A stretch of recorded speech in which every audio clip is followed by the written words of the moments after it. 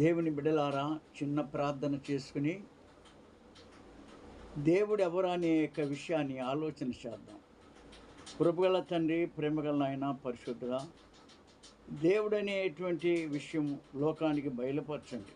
దేవునికి స్తోత్రాలు. ఆమేన్. ప్రభునందు ప్రేమనేటువంటి దేవుని బిడ్డలారా, యోహాను సువార్త 1:1 ఆదియందు వాక్యం ఉన్నది, ఆ వాక్యమే దేవుడై ఉన్నాడని లేఖనములు చెబుతుంది.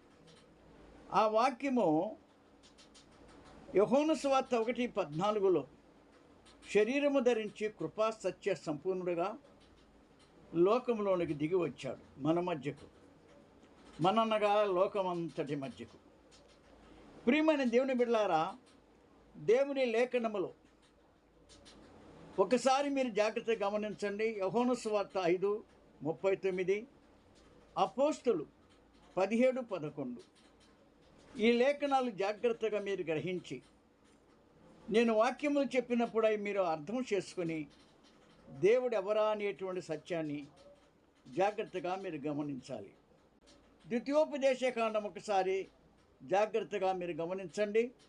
32వ అధ్యాయం 39, ఇదిగో నేనే దేవుడను, నేను తప్ప వేరొక దేవుడు లేడు, మృతి నొందించువాడు నేనే, బ్రతికించువాడు నేనే, నేనే గాయపరచువాడను, స్వస్థపరచువాడు నేనే, నా చేతిలో నిడిపించగలిగిన వాడు ఎవడు లేడు, ఈయనే నిజమైన దేవుడైన యెహోవా యేసుక్రీస్తు అయి ఉన్నవాడు. ప్రియమైన దేవుని బిడ్డలారా, దేవుని లేఖలో మనం చూచిన యెషయా గ్రంథములో మరొక మాట 12వ వచనములో ఈ మాట చెబుతుంది, భూదిగంత నివాసులారా, నేనే దేవుడను, నేను తప్ప లోకములో మరొక దేవుడు లేడని ఈ లేఖనములో కూడా కనపడుతుంది.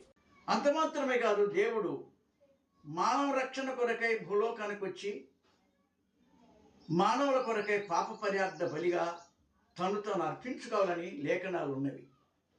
గనుక ప్రభునందు ప్రియమైన దేవుని బిడ్డలారా, ఆనాటి కాలంలో కీర్తన గ్రంథం 46 వచనము, ఎబ్రీయులకు రాసిన పుస్తకంలో 10:4 వచనంలో బల్లర్పించేవారు బలులు దేవుడిని కోరలేదని చెప్పాడు. నేనే మీ కొరకు బలి కావాలని చెప్పాడు. మానవుల పాపములకు దాసులై నిత్య నరకానికి సంప్రాప్తులయ్యారు కనుక నేను మీ కొరకు బలి అయి మిమ్ము రక్షించుకోవాలన్నాడు. అందుకొరకే యోహాను సువార్త 1వ అధ్యాయంలో ఆదియందు వాక్యముండెను, వాక్యము దేవుడై ఉండెనని రాయబడింది.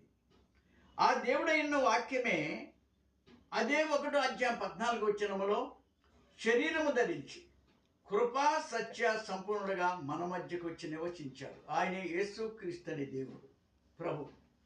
అటు ప్రభువు మాట్లాడుతున్నాడు. ద్వితీయోపదేశకాండం జాగ్రత్తగా మీరు వినండి. 32వ అధ్యాయములో 39వ వచనం, ఇదిగో నేనే దేవుడను, నేను తప్ప వేరొక దేవుడు మీకు లేడు, మృతి నొందించువాడు నేనే, బ్రతికించువాడు నేనే, గాయపరచువాడు నేనే, స్వస్థపరచువాడు నేనే, నా చేతిలో నిడిపించగల దేవుడు ఒక్కడూ లేడని పరిశుద్ధ గ్రంథములో చెప్పబడింది. కాబట్టి ప్రియమైన దేవుని బిడ్డలారా, ఇప్పుడు యెషయా గ్రంథం ఒకసారి చూడండి. 45వ అధ్యాయములో 12వ వచనం, భూమిని కలుగజేసిన వాడు నేనే, దాని మీద నల్లను నేను సృజించి తిని, నా చేతులు ఆకాశములో విశాలపరచను, వాటి సర్వ సమూహమును నేను ఆజ్ఞాపించి తిని, నీతిని బట్టి కొరేషును లేపాను నేను అంటున్నాడు. ఆకాశం యొక్క సమస్తమును సృష్టి యావత్తు నేనే చేసి ఉన్నానని ఆయన మాట్లాడుతున్నాడు. కనుక అదే 45లో 22వ వచనములో, భూదిగంత నివాసులారా, నా వైపు చూచి రక్షణ పొందండి, నేనే దేవుడను, మరొక దేవుడు లేడు. ప్రియమైన దేవుని బిడ్డలారా, ఇలాగ పదే ఎన్నో పర్యాలు చెప్పబడుతున్నవి. గనుక క్లుప్తంగా మీకు చెబుతాను. ఈ మహాదేవుడు ప్రియమైన మానవ రక్షణ కొరకై పాప పరిహార్థగా బలిగా అర్పించవలసి వచ్చింది.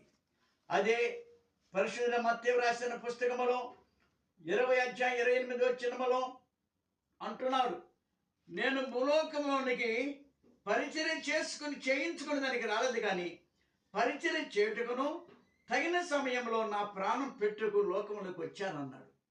ఎవరు చెప్పారండి ఇలాగా? 3 మేకులు పీక్కోలేదని చెప్పారు. ప్రభు ప్రాణం పెడతానికి వచ్చానన్నాడు.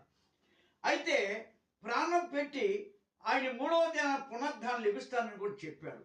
అది యోహాను సువార్త 10వ అధ్యాయము 18వ వచనములో, నా ప్రాణం ఎవడు తీయలేడు, నాకు నేనే మీ కొరకు పెడుతున్నాను, నా ప్రాణాన్ని నేను మరలా తీసుకుంటాను, ఏనే దేవుడు.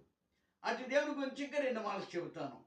ప్రియరా, ప్రకటన గ్రంథములో 1వ అధ్యాయం, ప్రకటన గ్రంథం జాగ్రత్తగా మీరు గమనించండి.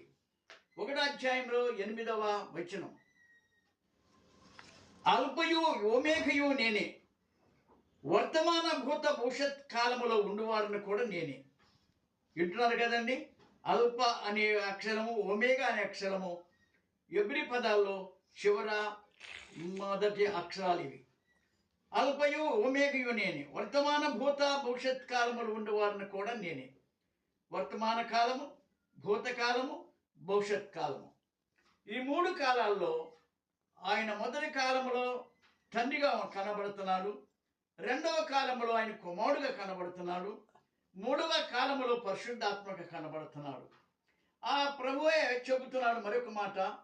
అదే 1వ అధ్యాయంలో 18వ వచనం జాగ్రత్తగా గమనించండి. నేను మొదటివాడును కనబడ్డవాడును జీవించువాడును, మృతులనైతిని కానీ ఇదిగో యుగయుగములు సజీవుడనై ఉన్నాను, మరియు మరణము యొక్కయు పాతాళ లోకము యొక్కయు తాళపు చెవులు నా స్వాధీనం ఉన్నవి. తాళపు చేతులు ఎవరి చేతులు ఉంటాయండి?